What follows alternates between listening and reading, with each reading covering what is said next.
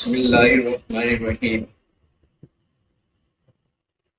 نحمده ونصلی علی رسولہ الکریم اما بعد۔ محترم دوستوں اور بزرگوں، محرم کا مہینہ چل رہا ہے اور یہ وہ مہینہ ہے، ان 4 مہینوں میں اس مہینے کا شمار ہوتا ہے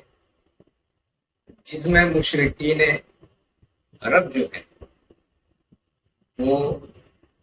ان 4 مہینہ کا احترام کرتے تھے، اور جو جنگیں ہوا کرتی تھیں اسلام سے پہلے تو ان مہینوں میں وہ جنگیں بھی موقوف کر دیا کرتے تھے۔ تو محرم کا مہینہ قابل احترام مہینہ بنا دیا ہے، اور یہ مہینہ ہمیں اس دنیا کے اختتام کی یاد بھی دلاتا ہے۔ کابرین نے فرمایا ہے قیامت جب قائم ہوگی تو محرم کی 10 تاریخ ہوگی اور جمعہ کا دن ہے۔ یہ عجیب اتفاق ہے کہ کائنات کا آغاز بھی جمعہ کو ہوا اور کائنات کا اختتام بھی جمعہ کو ہوگا۔ اس لیے یہ کہاوت مشہور ہے کہ جمعہ جمعہ 8 دن، یعنی اس کائنات کی بساط کیا ہے، اس طرح جمعہ اور جمعہ 8 دن ہوتے ہیں تو ہے کہ 8 دن کی یہ کائنات ہے، اور جب قیامت آئے گی تو ایسا لگے گا کہ چند لمحوں میں یہ دنیا ختم ہو گئی۔ جن لوگوں کی عمر 60 اور 70 سال کی ہے ان سے پوچھیا، ان کو ایسا لگتا ہے کہ ابھی تو بچپن تھا، ابھی تو جوانی آئی تھی، اور ابھی ہم قبر کے کنارے پر پہنچ رہے ہیں۔ یہ کائنات جمعہ اور جمعہ 8 دن کے مصداق ہے۔ یہ عجیب اتفاق ہے کہ محرم کے مہینے میں، اور محرم کی خاص طور پر 10 تاریخ کو، انبیاء علیہ السلام پر عجیب و غریب احوال گزرے۔ مثلا حضرت ابراہیم علیہ السلام کو محرم کی 10 تاریخ کو پیدا کیا گیا، اور اسی تاریخ میں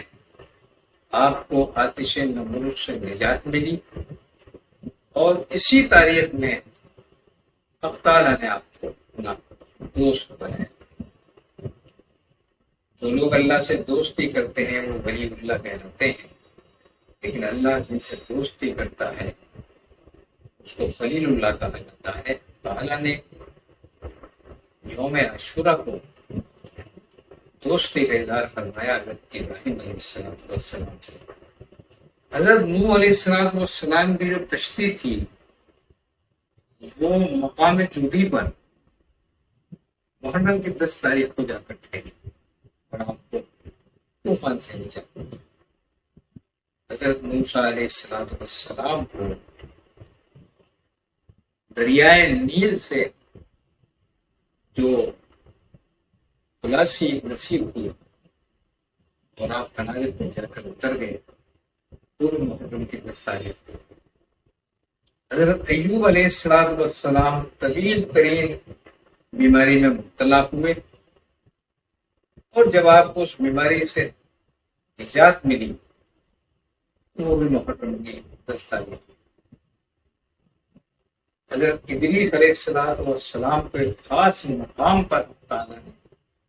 تمکن کیا، جس دن یہ مقام انہیں عطا ہوا وہ بھی محرم کی 10 تاریخ تھی۔ اور حضرت یونس علیہ السلام کو مچھلی کے پیٹ سے جو نجات ملی وہ بھی محرم کی 10 تاریخ تھی۔ تو یہ عجیب و غریب اتفاق ہے کہ محرم کی 10 تاریخ کو انبیاء علیہ السلام اور بے شمار اور انبیاء اسی تاریخ میں سرفراز ہوئے اور اسی تاریخ میں ان کو مصائب اور مسائل سے نجات عطا ہوئی۔ تو اس سے یہ ثابت ہوتا ہے کہ یہ تاریخ رب العالمین کے نزدیک بہت اہم تاریخ ہے۔ اسی لیے نبیوں نے اس تاریخ کا احترام کیا ہے۔ خود سرکار دو عالم صلی اللہ علیہ وسلم نے اس تاریخ کو اہمیت دی ہے۔ یہ بات بھی یاد رکھنے کی ہے کہ جتنے بھی انبیاء گزرے ہیں ان پر یوم عاشورہ کا روزہ فرض تھا، اور امت مسلمہ پر بھی محرم کی 10 تاریخ کو روزے کا اہتمام بڑی شدت کے ساتھ ہوا کرتا تھا۔ لیکن جب رمضان کے روزے فرض ہو گئے اور یہ آیت نازل ہو گئی الذین آمنوا کتب علیکم الصیام کما کتب علی الذین من قبلکم لعلکم تتقون، تو جب رمضان کے روزوں کی فرضیت واضح ہو گئی، اس کے بعد یہ روزہ سنت بنا، اور پھر نبی کریم صلی اللہ علیہ وآلہ وسلم کی تقلید کرتے ہوئے امت مسلمہ کے تمام قادرین نے یوم عاشورہ کے روزے کو اہمیت دی۔ چنانچہ 1500 سال ہو گئے ہیں اللہ کے نیک بندے یوم عاشورہ کو روزہ رکھنے کا اہتمام کرتے ہیں۔ چونکہ یہودیوں کے ہاں یہ روزہ آج بھی فرضیت کی حیثیت رکھتا ہے، تو رسول اکرم صلی اللہ علیہ وسلم نے تاکہ یہودیوں سے مشابہت نہ ہو، یہ فرمایا ہے کہ ایک دن پہلے روزہ رکھنا چاہیے اور پھر یوم عاشورہ کو روزہ رکھنا چاہیے، یعنی محرم کی 9 تاریخ کو بھی روزہ رکھنا چاہیے اور محرم کی 10 تاریخ کو بھی روزہ رکھنا چاہیے۔ دوستو بزرگو، یوم عاشورہ جو ہے یہ بہت اہم دن ہے۔ حدیث میں یہ آتا ہے کہ جو لوگ یوم عاشورہ کو روزے کا اہتمام کرتے ہیں تو ایسا ہے گویا کہ انہوں نے پورے سال نفلی روزے رکھنے کا اہتمام کیا، اور جو لوگ اس دن عبادت کا اہتمام کرتے ہیں یہ ایسا ہے جیسے انہوں نے پورے سال اللہ کی عبادت کی۔ حدیث میں تو یہ بھی آتا ہے کہ یوم عاشورہ کو عبادت کرنے کے بعد اگر آدمی اپنے گناہوں سے معافی مانگتا ہے تو رب العالمین اس کے 1 سال کے جو گناہ ہوتے ہیں ان سب کو معاف کر دیتا ہے، اور اگر کبائر کا ارتکاب ہوا ہو تو اس دن ان گناہوں کی توبہ مانگنے سے رب العالمین کو کبائر گناہ بھی معاف کر دیتے ہیں۔ دیکھیں صغیرہ گناہ تو نیکیاں کرنے سے بھی معاف ہو جاتے ہیں، لیکن کبیرہ گناہ اسی وقت معاف ہوتے ہیں جب ہم ان گناہوں کی حق تعالیٰ سے معافی طلب کریں۔ تو یوم عاشورہ کو عبادت کا بھی اہتمام کرنا چاہیے،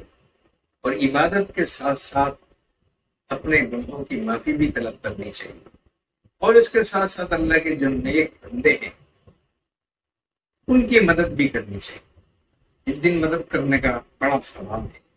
جو لوگ اللہ کے نیک بندوں کی مدد کرتے ہیں، اللہ کے غریب بندوں کی مدد کرتے ہیں، اور ان لوگوں کی مدد کرتے ہیں بطور خاص، کچھ نیک بندے اللہ کے ایسے بھی ہوتے ہیں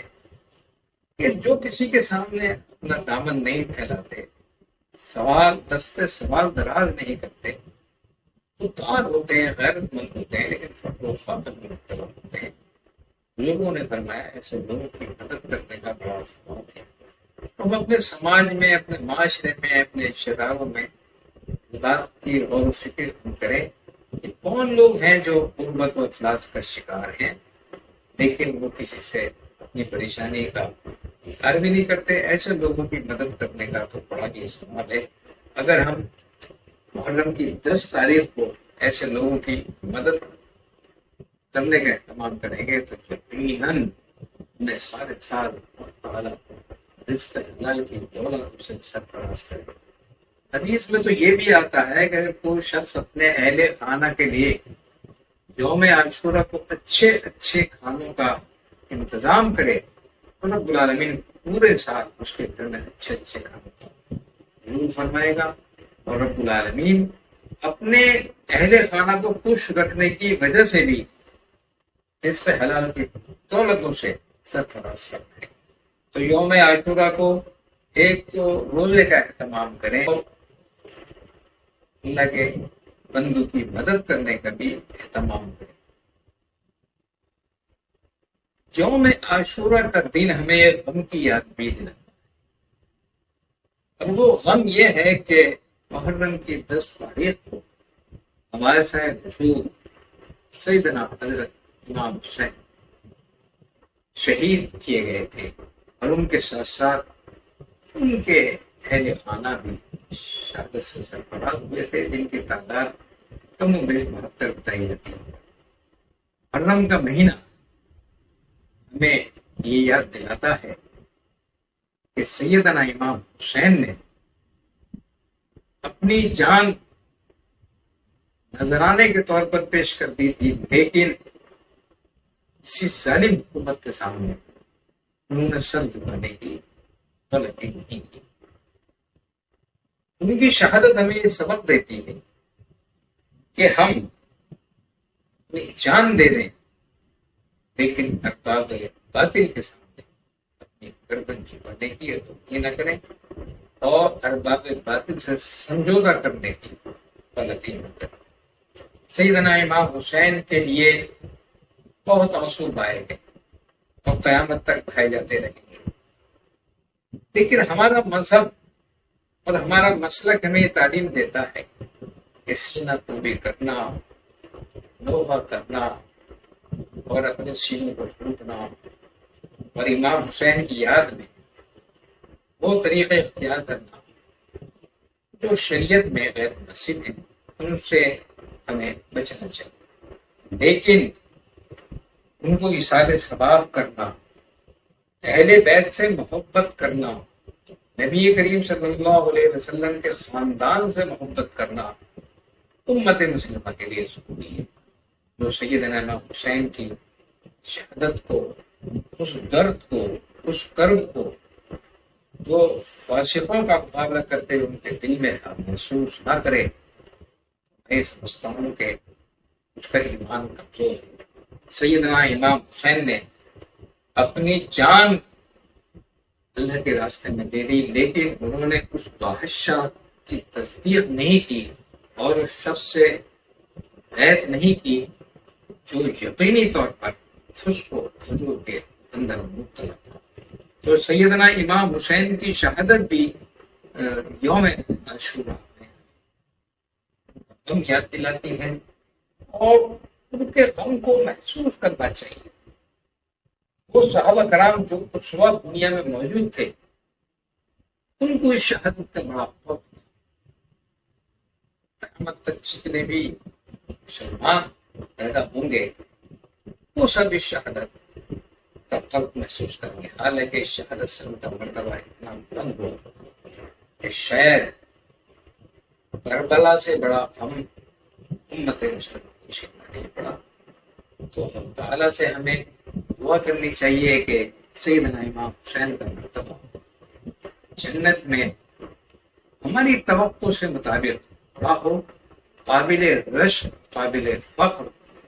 ان کو مرتبہ عطا۔ تو محرم کا مہینہ جو ہے یہ ہمیں کچھ باتوں کی یاد دلاتا ہے، اور ان میں یہ کربلا کا موقع ہے۔ سیدنا امام حسین نے فاسق اور ظالم حکمراں کے سامنے سر جھکانے کی غلطی نہیں کی، اور انہوں نے اپنی زندگی کو اللہ کے راستے میں قربان کر کے قیامت تک پیدا ہونے والے انسانوں کو یہ سبق دیا کہ کبھی بھی کسی اندھیرے کے سامنے کسی چراغ کو جھکنا نہیں چاہیے، اور کسی بھی باطل حکومت سے سمجھوتا نہیں کرنا چاہیے۔ رب العالمین سے ہماری دعا ہے کہ وہ ہمیں اسلام کو سمجھنے کی توفیق عطا فرمائے، اور ہمیں ان تمام واقعات سے سبق لینے کی توفیق عطا فرمائے جو ہمارے اکابرین پر گزرے۔ رب العالمین سے ہماری دعا یہ ہے کہ یہ محرم کا مہینہ جو ہے آنے والے مہینوں کے لیے اور آنے والے اوقات کے لیے رحمت کا مہینہ ثابت ہو، مسلمانوں کی عبادت قبول ہو، ان کے روزے قبول ہو، ان کی قربانیاں قبول ہوں اور پوری دنیا کو اس کرونا وائرس سے نجات عطا ہو. ہمارا ملک کی سلامتی اور بقا کے لیے دعا فرمائیں اور دعا کریں رب العالمین ہمارے ہندوستان کو اس بیماری سے نجات عطا فرمائے، فرقہ پرستی سے نجات عطا فرمائے، نفرتوں سے ہمیں نجات عطا فرمائے، ہمیں ایک دوسرے کی محبت عطا فرمائے، ہم سب سے محبت کرنے کے روگر بنے، ہندو ہوں، مسلمان ہوں، سکھ ہوں، عیسائی ہوں، اچھے ہوں، برے ہوں، ہم سب سے محبت کریں اور سب کو اسلام کا سبق پڑھانے کی ہم کوشش کریں. یقین کر لیں اگر مسلمان سدھر جائے یہ پوری کائنات سدھر جائے گی، ہمارا ملک بھی سدھر جائے گا، پوری دنیا سدھر جائے گی. رب العالمین